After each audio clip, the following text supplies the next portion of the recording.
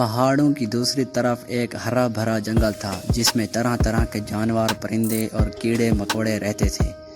ایک بار کئی دن تک مسلسل تیز بارش ہوئی جس سے دریا اور جھیلوں کا پانی اوپر آ گیا اور جلد ہی قریب کے حصے میں سیلاب فلڈ آ گیا۔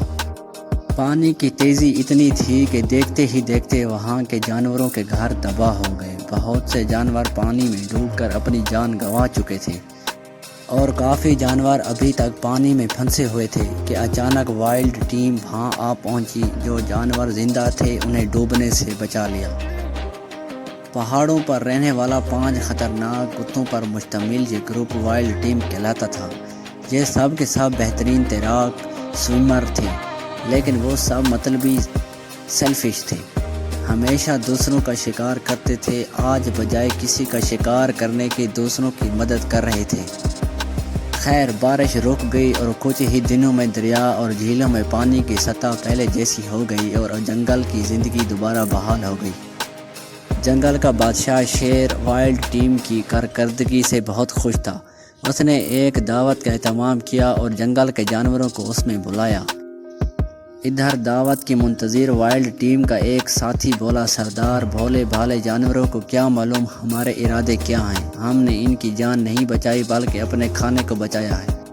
خاموش، دوبارہ ایسا کچھ مت کہنا، سنا نہیں ہے؟ دیواروں کے بھی کان ہوتے ہیں، کسی نے سن لیا تو ہمارا سارا کھیل بگڑ جائے گا۔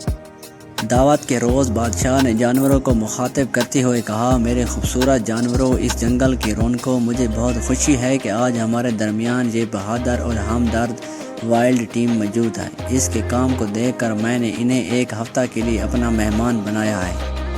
یہ میرے ساتھ رہیں گے، ساتھ کھائیں گے اور پئیں گے۔ آج کے بعد آپ سب کو ان کا احترام کرنا چاہیے۔ سب جانوروں نے ان کا شکریہ ادا کیا اور خدمت کرنے کی یقین دہانی کرائی۔ یہ خوشی کی تقریب جا رہی تھی۔ مشکل وقت کے بعد ہر ایک خوشی کے دن سے لطف اندوز ہو رہا تھا۔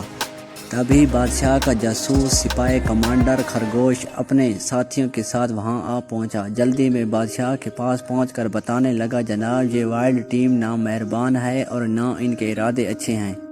ان کی پچھلی عادتوں کو دیکھتے ہوئے مسلسل میں ان کا پیچکش کر رہا ہوں۔ آج صبح میں نے ان کو آپس میں بات کرتے سنا ہے۔ یہ کہہ رہے تھے کہ انہوں نے جانوروں کو اس لیے بچایا تاکہ وہ انہیں بعد میں کھا سکیں، یعنی کہ اپنے شکار کے لیے دوسروں کو بچایا۔ بادشاہ کا چہرہ غصے سے لال ہو گیا اور اس نے وائلڈ ٹیم کو چیخ کر کہا، ہم نے تمہیں عزت دی، اپنا مہمان بنایا، صرف اس لیے کہ تم نے ہمارے جانوروں کی جان بچائی، مگر اب تمہارا راز فاش ہو چکا ہے۔ تمہاری خیر اسی میں ہے کہ ابھی میرا جنگل چھوڑ کر نکل جاؤ اور آئندہ کبھی یہاں نظر نہ آنا، ورنہ تمہاری نیکی کو بلا کر تمہیں موت کی سزا سنا دی جائے گی۔